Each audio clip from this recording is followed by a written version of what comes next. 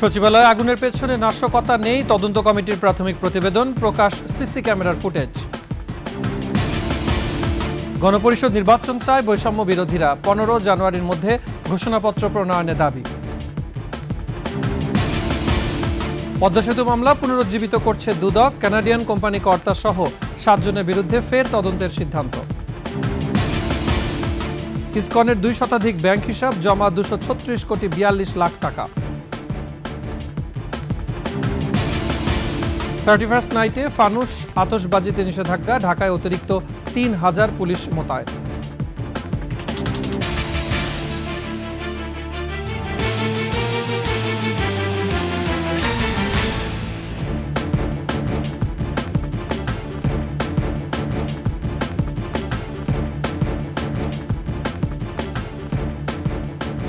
শুনছিলেন সংবাদ শিরোনাম। আমন্ত্রণ রাতের 21 সংবাদে, সাথে আছি মুজাহিদুল ইসলাম।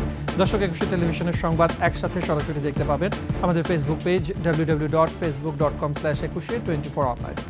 এছাড়া সাবস্ক্রাইব করতে পারেন www.youtube.com/21etv চ্যানেলে। এছাড়া সংবাদে আরও যা থাকছে: জমকালো আতশবাজিতে নতুন বছরকে আলিঙ্গন করল বিশ্ব, নিউজিল্যান্ড অস্ট্রেলিয়ায় জমকালো আয়োজন।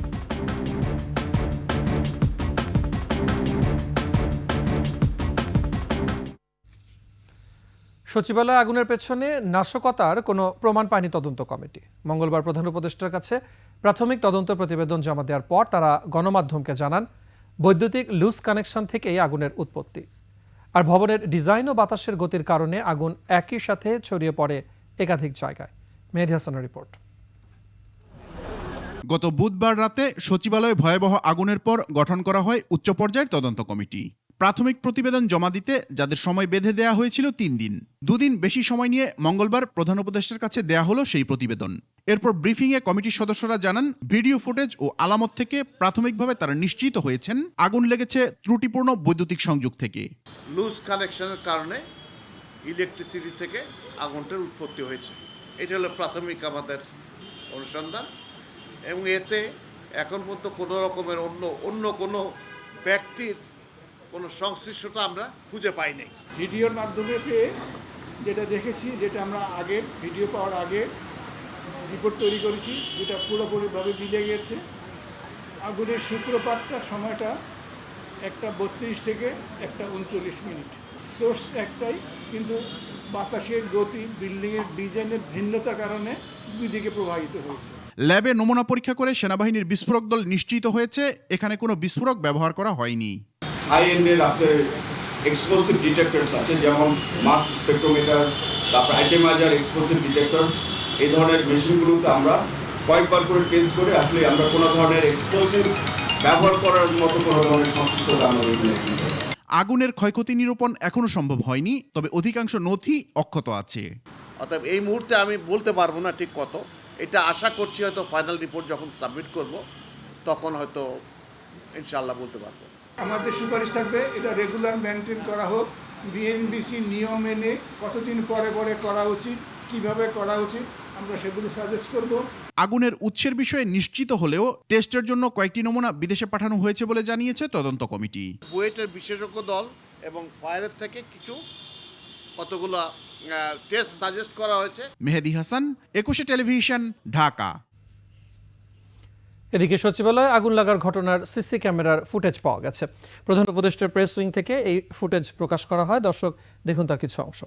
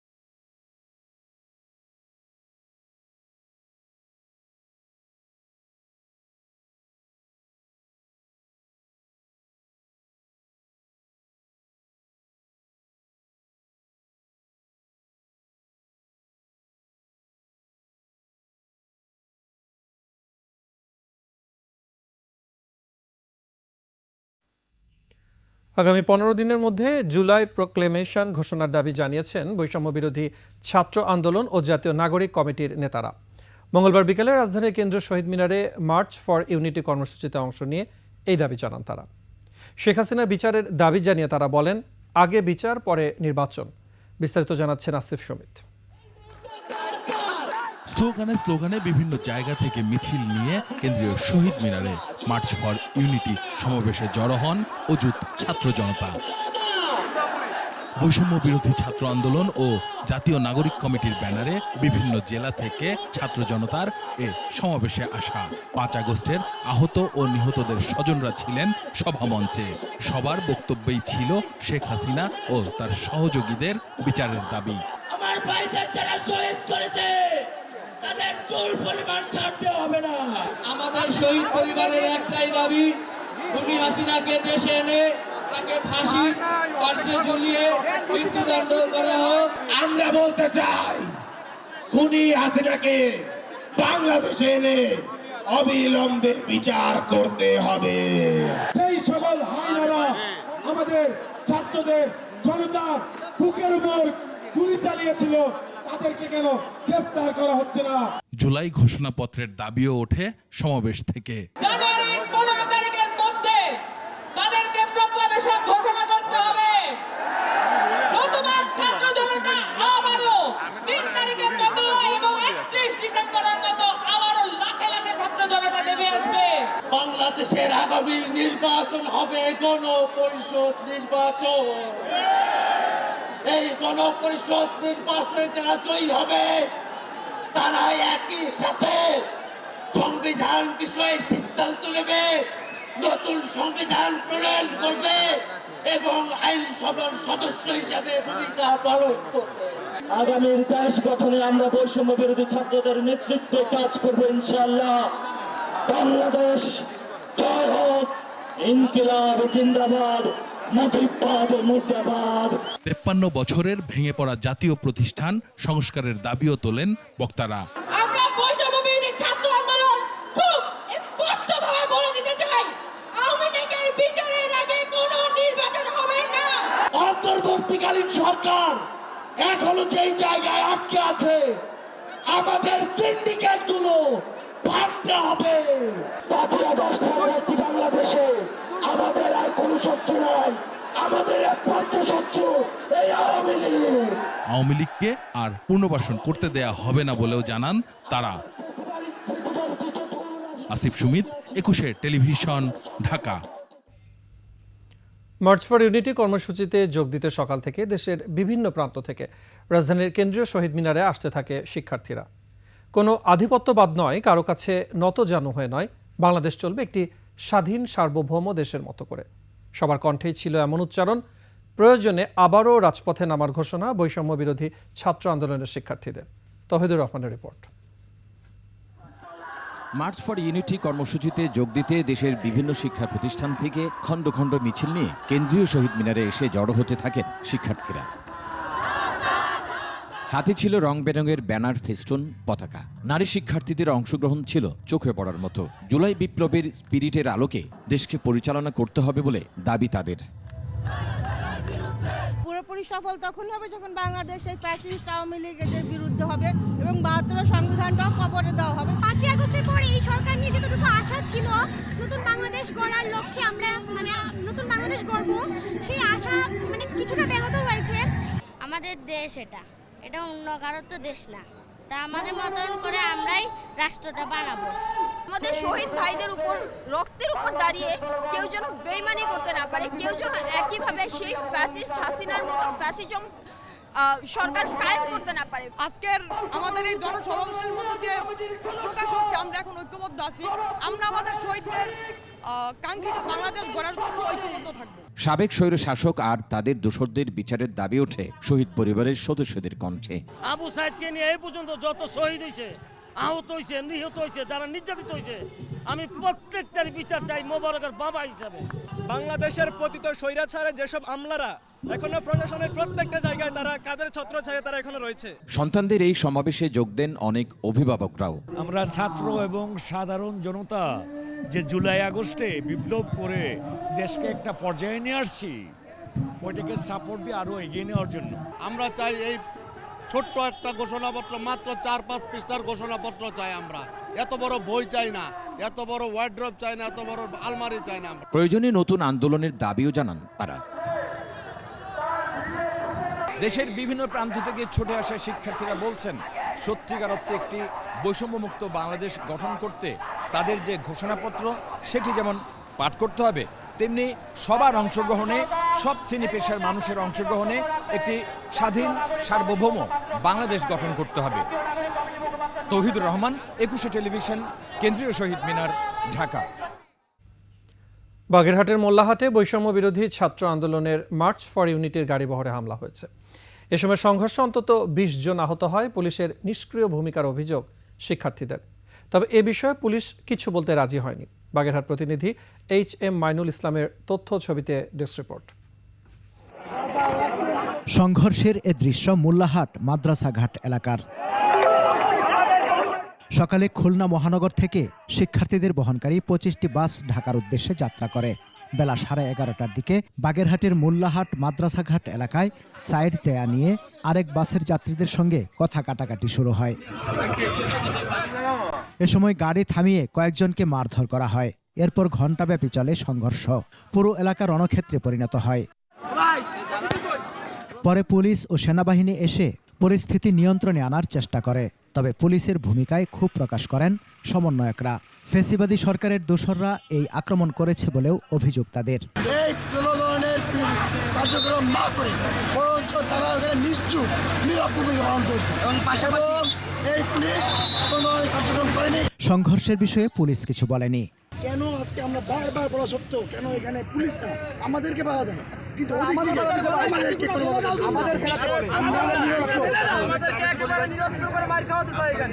জড়িতদের আইনের আওতায় এনে দ্রুত বিচার নিশ্চিতের দাবি শিক্ষার্থীদের। সমর ইসলাম, ডেস্ক রিপোর্ট, 21 টেলিভিশন। আগামী জুন মাসের মধ্যে নির্বাচন দিতে অন্তর্বর্তী সরকারের প্রতি আহ্বান জানিয়েছেন বিএনপির স্থায়ী কমিটির সদস্য সালাউদ্দিন আহমেদ। লন্ডনে যুক্তরাজ্য বিএনপি আয়োজিত এক সভায় একথা বলেন তিনি। এ সময় নতুন রাজনৈতিক দল গঠন করে ক্ষমতা দখলের পাঁয়তারা চলছে বলেও অভিযোগ করেন সালাউদ্দিন আহমেদ। 2 মাস 5 দিন যদি একটা কন্ট্রাকচুয়াল সার্ভিসে থাকা টপ ব্যুরোক্রেটকে সরাতে সময় লাগে, এই সরকার কি রকম সংস্কার করবে সেটা আমরা বুঝতে পারি না। এখন বিভিন্ন কৌশলের মাধ্যমে আমাদের অন্তর্বর্তীকালীন সরকারের প্রধান এবং উপদেষ্টারা সময় জ্ঞাপন করছেন যাতে নির্বাচন দেরিতে হয়।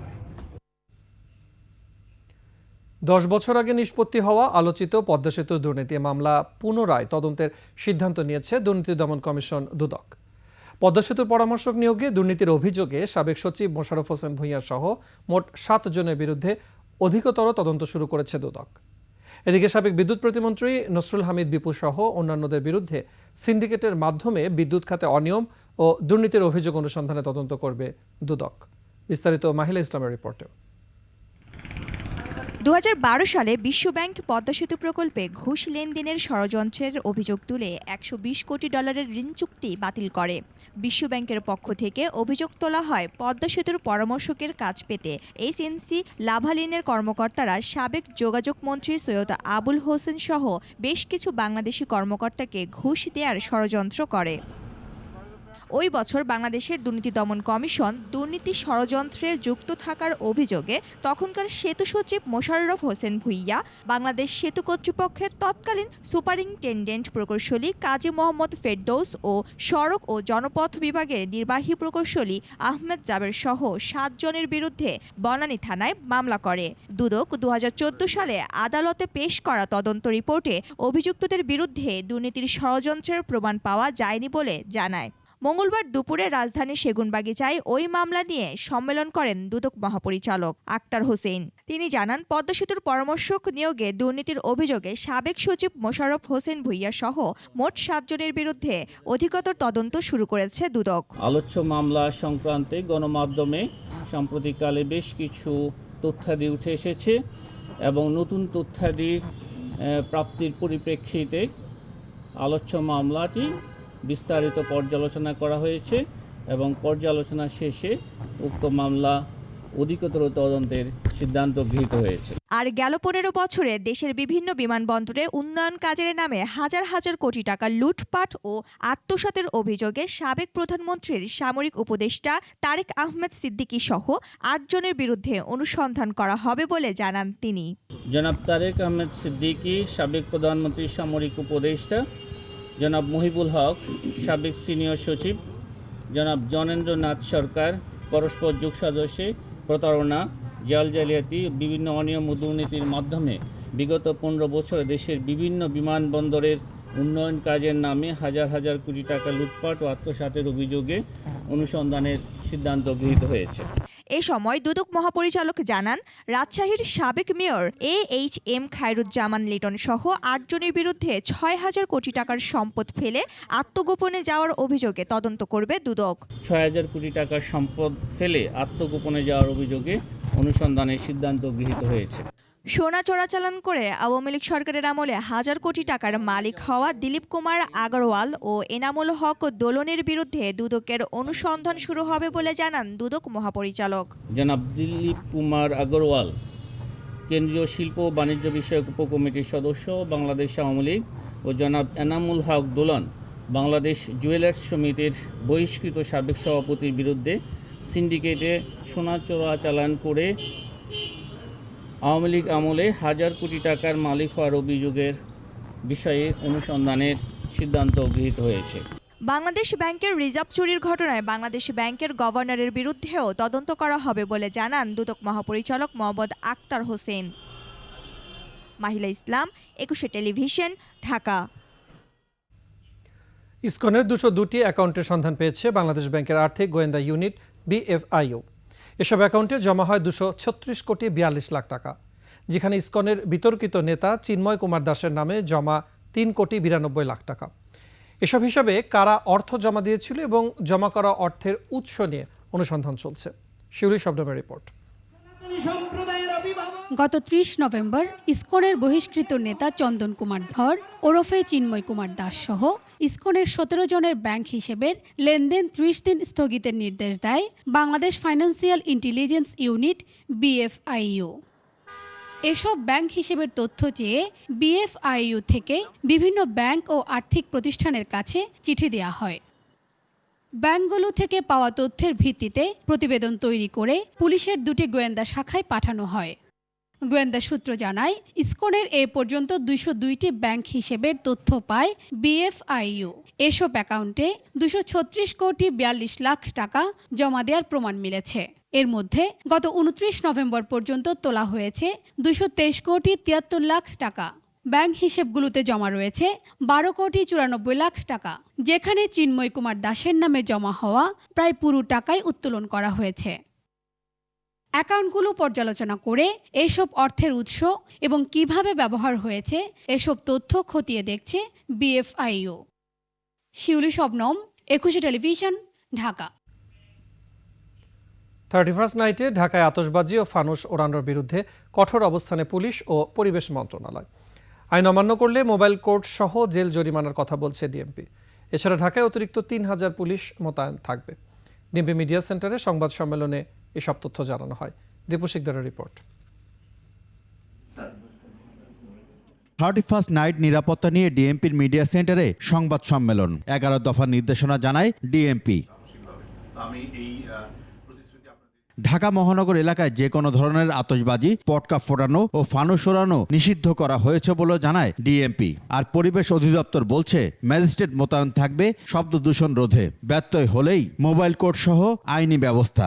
আতশবাজি ফুটে খুবই উচ্চ বেপরোয়াভাবে, তারপর পটকা ফুটে উচ্চ স্বরে বিভিন্ন সাউন্ড যেগুলো সৃষ্টি করে থাকে শব্দ উৎপাদনকারী যন্ত্র থেকে সামাজিক সাংস্কৃতিক কর্মকাণ্ডে হয়ে থাকে এগুলো। তো এই বিষয়গুলোকে আমরা যথাযথভাবে নিয়ন্ত্রণ করব। ডিএমপি জানায় 31 ডিসেম্বর সন্ধ্যা থেকে পরদিন সকাল 8টা পর্যন্ত ঢাকা মহানগরীর সব বার বন্ধ থাকবে। গুলশান 300 ফিট, বনানী ও বাড়িধারা এলাকায় বিশেষ চেকপোস্ট থাকার পাশাপাশি এসব এলাকায় জনসাধারণের চলাচল সীমিত থাকবে। আমাদের সিকিউরিটির কোনো ওই মেজার্স যেগুলো নিয়েছি ঘাটতি নাই, আমরা কোনো এরকম আশঙ্কা করতেছি না, কোনো অমূলক কিছু ঘটবে এরকম আশঙ্কা করি না। ঢাকা বিশ্ববিদ্যালয় এলাকায় রাত 8টার পর বহিরাগতরা প্রবেশ করতে পারবেন না। রাত্র 12টা 1 মিনিটে ব্যাপক হারে আতশবাজি, ক্লাস্টার বোমা, ফানুস ব্যবহার হয়ে থাকে। আজকে রাত্রে একই ধরনের ঘটনা ঘটার আশঙ্কা আছে। ঢাকা মেট্রোপলিটন পুলিশ ট্রাফিক ব্যবস্থাপনা এবং নিরাপত্তাজনিত ব্যাপক ব্যবস্থা নিয়েছে। হাতির ঝিলে সন্ধ্যার পর কোনো অনুষ্ঠান করা যাবে না। আবাসিক হোটেলে সীমিত পরিসরে অনুষ্ঠান করা যাবে বলেও জানানো হয় সংবাদ সম্মেলনে। আপনি একটি নির্দিষ্ট স্থানে এই কাজটি করবেন। টিপু শিকদার, 21 টেলিভিশন, ঢাকা।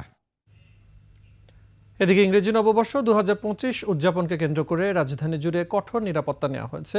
মোড়ে মোড়ে বসেছে চেকপোস্ট। বছরের শেষ রাতে ঢাকা মহানগর এলাকায় জনশৃঙ্খলা ও যানবাহনে শৃঙ্খলা নিশ্চিতকরণে যানবাহন চলাচলের ক্ষেত্রে কিছু এলাকায় সাময়িক ট্রাফিক নিয়ন্ত্রণমূলক ব্যবস্থা গ্রহণ করেছে ঢাকা মেট্রোপলিটন পুলিশ। অভিজাত এলাকা গুলশান, বনানী ও হাতিরঝিল, শাহবাগ, ঢাকা বিশ্ববিদ্যালয় সহ নগরীর গুরুত্বপূর্ণ এলাকা এবং মোড়ে তল্লাশি চৌকি বসানো হয়েছে।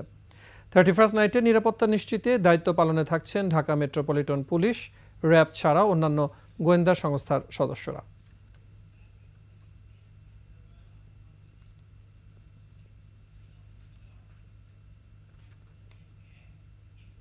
দর্শক, ঢাকা বিশ্ববিদ্যালয়ের টিএসসি এলাকায় আছেন সহকর্মী সিরাত আল মুস্তাকিম। সরাসরি চলে যাচ্ছে তার কাছে।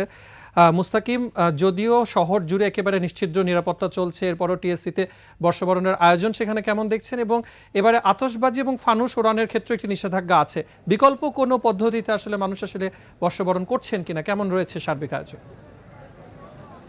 ধন্যবাদ মুজাহিদ। আমি এই মুহূর্তে আছি ঢাকা বিশ্ববিদ্যালয় এলাকায়। ঢাকা বিশ্ববিদ্যালয় 31st নাইট উপলক্ষে ঢাকা বিশ্ববিদ্যালয়ে প্রবেশের কড়াকড়ি আরোপ করেছে বিশ্ববিদ্যালয় প্রশাসন। শুধুমাত্র চিকিৎসক, রোগী এবং অ্যাম্বুলেন্স ছাড়া আজকে অর্থাৎ মঙ্গলবার সন্ধ্যা 7টা থেকে কালকে 1 জানুয়ারি ভোর 5টা পর্যন্ত শুধুমাত্র চিকিৎসক, রোগী, সাংবাদিক এবং অ্যাম্বুলেন্স ছাড়া কোনো ধরনের বহিরাগত কোনো গাড়ি এবং বহিরাগত প্রবেশ নিষিদ্ধ করেছে ঢাকা বিশ্ববিদ্যালয়। একটু জানিয়ে রাখতে চাই, সেটি হচ্ছে যে 31st নাইটকে কেন্দ্র করে ঢাকা বিশ্ববিদ্যালয় সহ গুলশান, বনানী এবং বারিধারায় ব্যাপক নিরাপত্তা বেষ্টনী তৈরি করা হয়েছে এবং ডিএমপির মিডিয়া সেন্টারের সংবাদ সম্মেলনে 11 দফার নির্দেশনা জানায় ডিএমপি। অনুমতি ছাড়া উন্মুক্ত স্থানে কোনো ধরনের অনুষ্ঠান, সভা সমাবেশ, গণজমায়েত, নাচ গান, সাংস্কৃতিক অনুষ্ঠান, র্যালি, শোভাযাত্রা করা যাবে না, এমনটি কিন্তু জানিয়েছে ডিএমপি। ঢাকা মহানগরী এলাকায় যে কোনো ধরনের আতশবাজি, পটকা ফোটানো, ফানুস উড়ানো নিষিদ্ধ করা হয়েছে বলে জানায় ডিএমপি। এরপর পরিবেশ অধিদপ্তর বলছেন যে ম্যাজিস্ট্রেট মোতায়েন থাকবে শব্দ দূষণ রোধে। ব্যত্যয় হলে মোবাইল কোর্ট সহ তারা ব্যবস্থা নেবে, আইনে ব্যবস্থা নেবে। 31 ডিসেম্বর সন্ধ্যা থেকে পরদিন সকাল 8টা পর্যন্ত ঢাকা মহানগরীর সব ধরনের বার বন্ধ থাকবে। গুলশান, 300 ফিট, বনানী, বাড়িধরা এলাকায় চলবে বিশেষ চেকপোস্ট। পাশাপাশি এসব এলাকায় জনসাধারণের চলাচল সীমিত থাকবে। মোতায়েন করা হবে অতিরিক্ত 3000 পুলিশ। ঢাকা বিশ্ববিদ্যালয় এলাকায় রাত 8টার পরে বহিরাগত প্রবেশ নিষিদ্ধ। আমরা দেখেছি ইতিমধ্যে কিন্তু আমরা দেখতে পাচ্ছি যে প্রক্টোরিয়াল যে টিম, সেই প্রক্টোরিয়াল টিম কিন্তু ঢাকা বিশ্ববিদ্যালয়ে বারবার তারা ঘুরছে এবং যারা বহিরাগত আছে তাদেরকে বের করে দিচ্ছে। আমরা জানি যে গতবারেও কিন্তু এই যে ফানুস এবং আতশবাজির কারণে জনসাধারণের ব্যাপক ক্ষয়ক্ষতি হয়েছিল, সেটিকে মাথায় রেখে কিন্তু অতিরিক্ত 3000 পুলিশ মোতায়েন করা হয়েছে ঢাকা মহানগরীতে। মুজাহিদ, এই ছিল আমার কাছে ঢাকা বিশ্ববিদ্যালয় থেকে সর্বশেষ তথ্য। সিরাত, আপনাকে ধন্যবাদ আমাদের সাথে যোগ দিয়ে বিস্তারিত জানানোর জন্য। 31st নাইটে আতশবাজি ফোটানোর কারণে গত 7 বছরে শব্দদূষণ বেড়েছে 74 ভাগ, বায়ুদূষণ বেড়েছে 19 ভাগ, পশু পাখি সহ চরম স্বাস্থ্য ঝুঁকিতে মানুষ। ঘটছে অনাকাঙ্ক্ষিত মৃত্যু। বাড়ির ছাদে এমন ঝুঁকিপূর্ণ উদযাপন নিরুৎসাহিত করতে সরকারি উদ্যোগে এলাকা নির্দিষ্ট করে দেওয়া সহ আইন প্রয়োগে কঠোর হওয়ার তাগিদ বিশেষজ্ঞদের। শিউলি শবনমের রিপোর্ট। ইংরেজি নতুন বছর বরণ করতে দেশে প্রতি বছরই উৎসবের নামে আতশবাজি ফুটিয়ে বিকট শব্দ সন্ত্রাস করা যেন অনেকটা রীতিতে পরিণত হয়েছে। অথচ মাত্র বছর কয়েক আগেই পটকা ও আতশবাজির শব্দে ভয় পেয়ে মারা যায় তানজিম উমায়ের নামে এক শিশু। চরম স্বাস্থ্য ঝুঁকিতে পড়ে মানুষ এবং প্রকৃতি। বিশেষজ্ঞরা বলছেন, আতশবাজি ও পটকা ফোটানো শাস্তিযোগ্য অপরাধ হলেও বেশিরভাগ মানুষই তা জানে না। গর্ভবতী নারীরা, শিশুরা বয়স্ক মানুষজন এবং অসুস্থ এবং শিক্ষার্থী যারা আছে তারা এই শব্দ দূষণের বিষয়টি, আতশবাজি ফোটানোর বিষয়টি নিতে পারে না। মাঝরাতে আমরা এই আতশবাজিটা হচ্ছিল পড়ে, তখন হচ্ছিল পাখির ঘুমানোর সময়, হ্যাঁ, সে একটা গাছে বা কোথাও আশ্রয় নিয়ে ঘুমায়, তখন এমনিও আমাদের জনগণেরও তো সমস্যা হয়, পরিবেশে যারা হচ্ছিল অবস্থান করে যে পাখি বা জীবজন্তু, তাদেরও কিন্তু এই জায়গাটা হলো ক্ষতিগ্রস্ত তারা হয়। বায়ুমণ্ডলীয় দূষণ অধ্যয়ন কেন্দ্র ক্যাপসের সবশেষ গবেষণায় দেখা যায় গত 7 বছরে 31 ডিসেম্বর রাত 11টা থেকে 1টা পর্যন্ত গড়ে 90% সময় শব্দের মাত্রা 70 ডেসিবেল অতিক্রম করে, যা মানব স্বাস্থ্যের জন্য অত্যন্ত ক্ষতিকর। শব্দ দূষণ বিধিমালা ও পরিবেশ সুরক্ষা আইনের যথাযথ প্রয়োগ না থাকায় দূষণের এমন মহোৎসব থামানো যায় না বলে মনে করছেন পরিবেশবাদীরা। আমরা হচ্ছিল মনে করি যে প্রত্যেকটা এলাকাতেই অ্যাসোসিয়েশন আছে, ফ্ল্যাট মালিক সমিতি আছে, এলাকার সমিতি আছে, ধানমন্ডি অ্যাসোসিয়েশন, এরকম নানা সমিতি আছে। সেই জায়গাগুলোতে আমার মনে হয় ডিএমপি সহ পরিবেশ অধিদপ্তর থেকে সেগুলোকে একদম চিঠি দেওয়া উচিত যে আপনার এই বাসায় যদি ওরকমভাবে আমরা হলো দেখি, তাহলে আপনাদের এই বাড়ির যারা হলো অ্যাসোসিয়েশনে আছেন তাদের হলো শাস্তির আওতায় আমরা হচ্ছিল নিয়ে আসবো। 300 ফিটের বাণিজ্য মেলার মাঠে, অর্থাৎ যেখানে লোকালয় কম, যেখানে প্রাণ প্রকৃতি বিনষ্ট হওয়ার সুযোগ কম, এরকম কিছু জায়গায় আমরা দেশীয় সংস্কৃতি ব্যবহার করে কিংবা কালচারাল প্রোগ্রাম ব্যবহার করে আমরা যদি এই ধরনের উদযাপনের অনেকগুলো জায়গাতে আমরা ব্যবস্থা করতে পারতাম, তাহলে এই ছাদে ছাদে আতশবাজি পোড়ানোর পাশবিক যে প্র্যাকটিসটি সেটি হয়তো বন্ধ হতো। আইন অমান্য করে আতশবাজি পোড়ানোর জন্য 1 মাস কারাদণ্ড বা 5,000 টাকা অর্থদণ্ড বা উভয় দণ্ড, পটকা ফোটালে 6 মাস কারাদণ্ড বা 10,000 টাকা অর্থদণ্ড বা উভয় দণ্ডের বিধান রেখে 2006 সালে শব্দ দূষণ নিয়ন্ত্রণ বিধিমালা প্রণয়ন করা হয়। শিউলি শবনম, 21 টেলিভিশন, ঢাকা। 2024 সাল বাংলাদেশের গণমাধ্যমের জন্য স্বাধীনতার দুয়ার খুলে দেয়। 5 আগস্ট ছাত্র জনতার গণ অভ্যুত্থানে শেখ হাসিনার পতন সাংবাদিকদের যেমন মুক্ত সাংবাদিকতার সুযোগ করে দেয়, তেমনি দখল হওয়া অনেক গণমাধ্যম আবার ফিরে আসে, জানাচ্ছেন সঞ্জয় অধিকারী। 2015 সালের 5 জানুয়ারি বিএনপির ভারপ্রাপ্ত চেয়ারম্যান তারেক রহমানের বক্তব্য প্রচারের কারণে 6 জানুয়ারি গভীর রাতে কর্মস্থল থেকে 21 টেলিভিশনের চেয়ারম্যান আব্দুস সালামকে আটক করা হয়। মিথ্যা মামলা সাজিয়ে বন্দী করে রাখা হয় তাকে। আব্দুল সালাম সাহেব একজন এমন একজন মানুষ যে কিনা সত্য প্রকাশে অঙ্গীকারবদ্ধ। সে কিন্তু এসব কখনোই মানেনি যে না আমি মিথ্যা প্রকাশ করব বা কিছু। No, he was always competent with যে না আমার সত্য প্রকাশ করতে হবে, whatever the thing is, সেটা সরকারের এগেনস্টে হোক বা বিরোধী সরকারের এগেনস্টেই হোক না কেন, আমরা সত্য প্রকাশ করব। যার কারণে কিন্তু এই ইনসিডেন্টগুলো হলো। এরপর দীর্ঘ 2.5 বছর কারাগারের অন্ধকার প্রকোষ্ঠে অমানবিক অত্যাচারের মধ্যে কাটাতে হয় 21-এর কর্ণধারকে। এরই মধ্যে শুরু হয় প্রতিষ্ঠানটি দখলের ষড়যন্ত্র। 25 নভেম্বর গণমাধ্যমের ইতিহাসে একটি কালো অধ্যায়। এই দিন আওয়ামী লীগ সরকারের অলিগার্ক এস আলম গ্রুপ দখল করে দেশের শীর্ষ এই গণমাধ্যমকে। ওই সরকারটি যে গালভরা কথা বলতো যে আমরা অনেক লাইসেন্স দিয়েছি, মুক্ত গণমাধ্যম, তার সম্পূর্ণ বিপরীত কাজটি ছিল ইটিভি দখল করা। এবং তাতে অন্যদের যে বার্তাটি দেওয়া হলো যে আপনি যদি আমার সাথে না থাকেন, আমার কথা না শোনেন বা আমার কথা মতো না চলেন, তাহলে আপনাদেরও একই পরিণতি হতে হবে। জনপ্রিয়তায় শীর্ষে থাকা এই টেলিভিশনকে 9 বছরে ধ্বংসের দ্বার প্রান্তে নিয়ে যাওয়া হয়। 5 আগস্ট গণ অভ্যুত্থানের পর 21 টেলিভিশনও দখল মুক্ত হয়। জনদাবির মুখে আবারও হাল ধরেন 21-এর চেয়ারম্যান ও সিইও আব্দুস সালাম। আমাকে অ্যারেস্ট করার কারণ তারা জানে যে আমি মাথা নত করার মতো লোক না, এবং আমি এই যে 21 টেলিভিশন নিয়ে এর আগেও অনেক সংগ্রাম করেছি। যখন একবার 2002 সালে বন্ধ হয়ে গেছিল, দীর্ঘ 5 বছর এই সংগ্রামের একটা ইতিহাস আছে। সুতরাং তারা জানতো যে আমাকে অ্যারেস্ট করে জেলে না ভরলে তারা এটা দখল করতে পারবে না। শুধু 21 টেলিভিশনই নয়, ফ্যাসিবাদের রোশানলে পড়া দৈনিক দিনকাল ও দৈনিক আমার দেশ পত্রিকাও ফিরে এসেছে। শুরু হয়েছে তাদের প্রকাশনা, আর বন্ধ হয়ে যাওয়া অন্তত 3টি বেসরকারি টেলিভিশন চ্যানেলও নতুন করে প্রচারের অপেক্ষায় আছে। সঞ্জয় অধিকারী, 21 টেলিভিশন, ঢাকা। জমকালো আয়োজন আর আতশবাজির মধ্য দিয়ে এরই মধ্যে নতুন বছর 2025কে স্বাগত জানিয়েছে বিশ্বের বেশ কয়েকটি দেশ। সবার আগে নতুন বছরকে স্বাগত জানালো প্রশান্ত মহাসাগরীয় অঞ্চলের দেশ কিরিবাতি। প্রায় একই সময়ে নববর্ষ উদযাপনকারী দেশটি নিউজিল্যান্ড আর অস্ট্রেলিয়া। আতশবাজির ঝলকানিতে মাতোয়ারা অকল্যান্ড আর সিডনির হারবার ব্রিজ।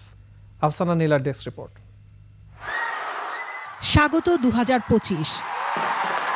ঘড়ির কাঁটা গুণে অপেক্ষার পালা শেষে বিশ্ব পা রাখল নতুন বছরে।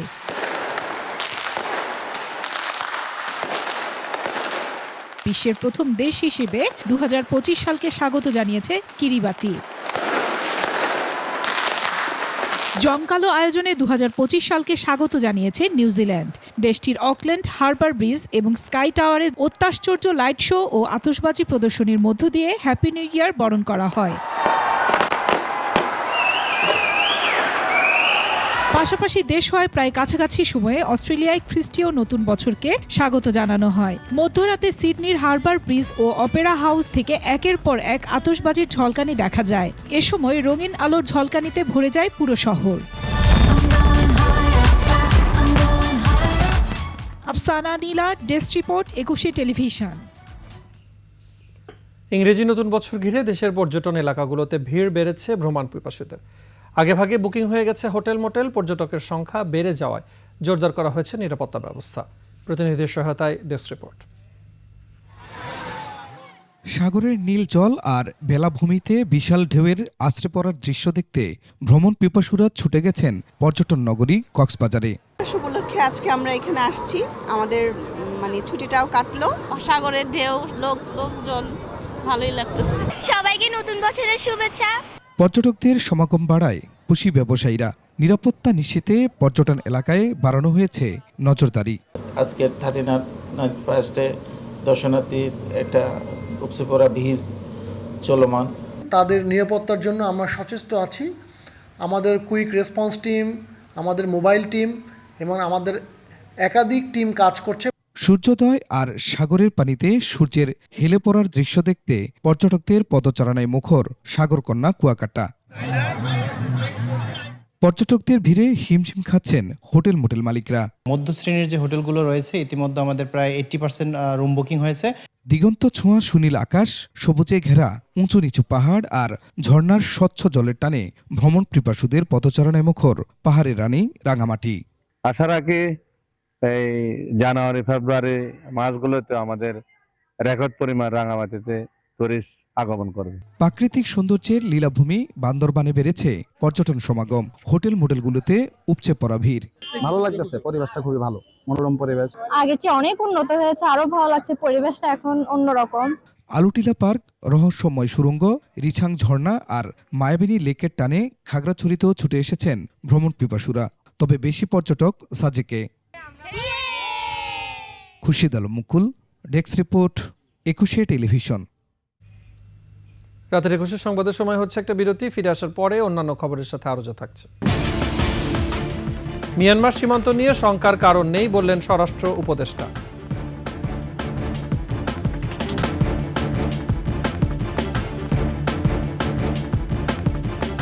বিরতির পর আমন্ত্রণ আরো একবার। মিয়ানমার সীমান্ত নিয়ে শঙ্কার কোনো কারণ নেই বলে মন্তব্য করেছেন স্বরাষ্ট্র উপদেষ্টা লেফটেন্যান্ট জেনারেল অবসরপ্রাপ্ত মোহাম্মদ জাহাঙ্গীর আলম চৌধুরী।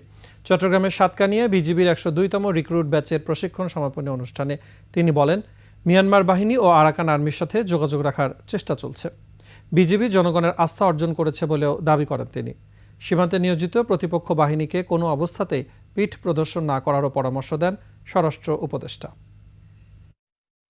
বর্ডার সম্পূর্ণ আমাদের নিয়ন্ত্রণে আছে। আপনারা জানেন এক সময় বন্ধু শত্রু হয়ে যায়, শত্রু বন্ধু হয়ে যায়। তা আমাদের ক্ষেত্রেও কোন সময় কোন স্ট্র্যাটেজি নিতে হবে এই সম্বন্ধে কিন্তু আমাদের সরকার সবসময় কিন্তু সজাগ আছে। বিজিবিকে অর্ডার করা হয়েছে তারা যেন কোনো সময় কোনো অবস্থায় পিঠ না দেখায়, বুকটা পিছনে দেখায়। এবারে আভিভা ফাইন্যান্স লিমিটেড বাণিজ্য সংবাদ।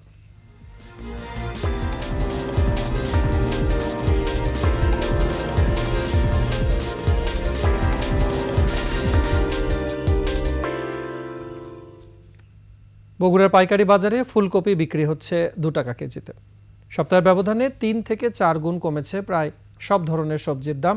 লাভের আশায় শীতকালীন সবজির চাষ করে বিপাকে কৃষক। বগুড়া প্রতিনিধি আবুল কালাম আজাদের তথ্য ছবিতে ডেস্ক রিপোর্ট। দেশের অন্যতম বড় সবজির মোকাম বগুড়ার মহাস্থান হাট। ভোর থেকে শুরু হয় বেচাকেনা। আশপাশের জেলা উপজেলার কৃষকরা সবজি নিয়ে আসেন এই হাটে। দূর দূরান্ত থেকে আসেন পাইকাররা। গত কয়েকদিনে সবজির আমদানি বেড়ে যাওয়ায় পড়ে গেছে দাম। ফুলকপি আর মূলা বিক্রি হচ্ছে 2 টাকা কেজি। বাঁধাকপি, মিষ্টি লাউ, শিম ও বেগুন সহ সব ধরনের শীতকালীন সবজি 10 থেকে 20 টাকা কেজির মধ্যে বিক্রি হচ্ছে। পরিশ্রম করছি এটা আমার ভাত, এটা ধরা যায়। কবির গাড়ি ভ্যান আলাদা লাগে আমরা 600 টাকা, একটা কবি খরচ করছে 5 টাকা, সে খরচ লাগছে এখন 1 টাকা, তাহলে কৃষক বাঁচবি। পাইকাররা বলছেন দাম কমে যাওয়ায় ব্যবসায়ও ধস নেমেছে। বর্তমানে 3 টাকা 4 টাকা, আমরা চিটাং ঢাকা 3 টাকা 8 টাকা 10 টাকা। মানে আমদানি চাপ হতে 3 টাকা কেজি লাগে ফুলকপি, দুটো লোক নাই কিন্তু চলছে না। সব জায়গায় কবি আমদানি হয়, কাঁচামাল আমদানি হয়, সেই জন্য দাম। কৃষি বিভাগ বলছে চলতি মৌসুমে ফুলকপি সহ সবজির চাষ বেশি হওয়ায় দাম পড়ে গেছে। শীতের সবজির প্রাচুর্যতার কারণে অন্যান্য সবজিগুলোর একটু দাম পড়ে যায়। বাজারে যে পরিমাণ মূল্য, কৃষক সেই পরিমাণ মূল্য পায় না। আমরা এই বিষয়টা নিয়ে আমরা কাজ করছি যাতে মধ্যস্বত্ব ভোগীরা এই যে মুনাফাটা পাচ্ছে, এই মুনাফাটা যাতে না পান। সরকার এই বিষয়ে তৎপর আছে। প্রতিদিন 60 থেকে 70 ট্রাক সবজি দেশের বিভিন্ন জেলায় যায় এই মহাস্থান হাট থেকে। সমর ইসলাম, ডেস্ক রিপোর্ট, 21 টেলিভিশন। শেষ করছি রাতের 21 সংবাদ। যাবার আগে সংবাদ শিরোনামগুলো জানাবো আরও একবার। সচিবালয়ে আগুনের পেছনে নাশকতা নেই, তদন্ত কমিটির প্রাথমিক প্রতিবেদন প্রকাশ সিসি ক্যামেরার ফুটেজ। গণপরিষদ নির্বাচন চায় বৈষম্য বিরোধীরা, 15 জানুয়ারির মধ্যে ঘোষণাপত্র প্রণয়নের দাবি। পদ্মা সেতু মামলা পুনরুজ্জীবিত করছে দুদক, কানাডিয়ান কোম্পানি কর্তা সহ 7 জনের বিরুদ্ধে ফের তদন্তের সিদ্ধান্ত। ইসকনের 2 শতাধিক ব্যাংক হিসাব জমা 236 কোটি 42 লাখ টাকা। 31st নাইটে ফানুস আতশবাজিতে নিষেধাজ্ঞা, ঢাকায় অতিরিক্ত 3000 পুলিশ মোতায়েন।